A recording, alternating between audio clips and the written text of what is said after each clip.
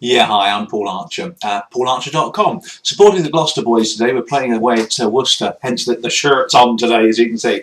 It's a Saturday morning here in Gloucestershire. Hope you're well. Quick few ideas for you about what I've been working on this week. I've been working with some clients this week on referrals, or as we prefer to call it, introductions, getting introductions rather than prospecting or cold calling.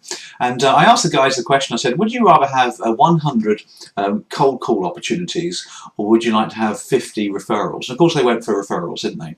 And then said, well, okay, if I said you could have 100 cold calling opportunities or one referral, what would you go for? It's an interesting one, isn't it? Because people like to go for referrals or introductions because it just ticks all the boxes. There's much more chance of getting the business because you've been referred, people trust you, there's no competition involved as well. So how do we get a referral business going? We talked about this with my clients, and the most important thing was, well, there's three key things really came out of it. The first one is that you've got to set the scene, if you like, with the company, with your own firm, that's how you do business. You need to advertise the fact and promote it to clients that you do business by, or you grow your business by referrals and introductions from existing clients. The reason for that is that you can spend more time with your existing clients, and that's how you like to work. Therefore, it turns on the head all the neediness that some people get when they ask for referrals from clients. You're desperate for business, so please give me some business. If you feel, or if you promote the fact that you always grow your business anyway by referrals, it's how you work, so it's just a natural progression. So you need to get it right in your head and in the company's head that obtaining introductions from clients is the only way forward in prospecting in the modern century that we find ourselves in. So how do you do it? A couple of key things. First of all, you've got to sow the seed. You can't wait to the end of the meeting, or whatever meetings you've got, to ask for referrals, or at the end of doing business with the client. You've got to ask for it as soon as you meet them. We worked on it in our credibility statement when we were introducing ourselves and our value proposition. We actually brought it in there.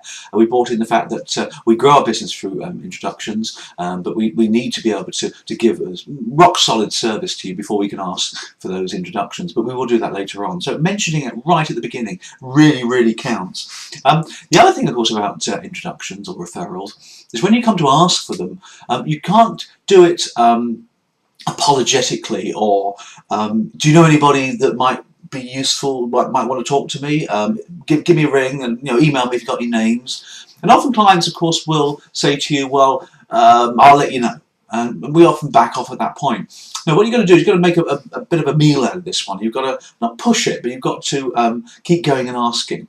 A couple of phrases people like to use. If you were doing my business, who would be the first person that you would call?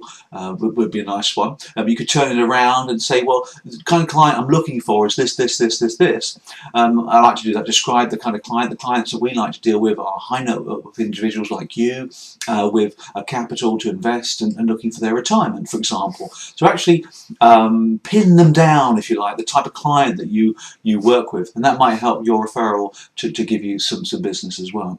But you've got to keep asking, haven't you? And when you do get some names coming out of their mouth, don't just take the name and number. You've got to get an introduction. It's got to be delivered to you on a plate. That's the third key thing. Ask how you would like to be introduced, and get them to phone them or write to them or something, so that you're properly introduced in the old-fashioned way. I remember those old films, isn't it, where somebody knocked on the door and the butler used to go to the door, yes, who's calling? And you used to put your business card on the plate, didn't you? And then the butler would go in and say, I've got Mr. So-and-so to talk to you, please, and give you the business card. And that's a proper introduction. I think that's the way we should do it. Really important stuff, though, isn't it? Because in the modern century, cold calling, prospecting, all those methods, inbound marketing, we're not in control anymore, are we? Which is really something not to rely upon. But if you turn your business into a major referral business, that's how you work, then it gets rid of all that neediness. So there's a few ideas. Hope that's been useful. Good luck to Gloucester this afternoon. Let's hope we thump Worcester. I'm sure we might do, but we're not playing particularly well this season. We'll see how things go. My name's Paul Archer. That's paularcher.com. I'll speak to you soon. Bye.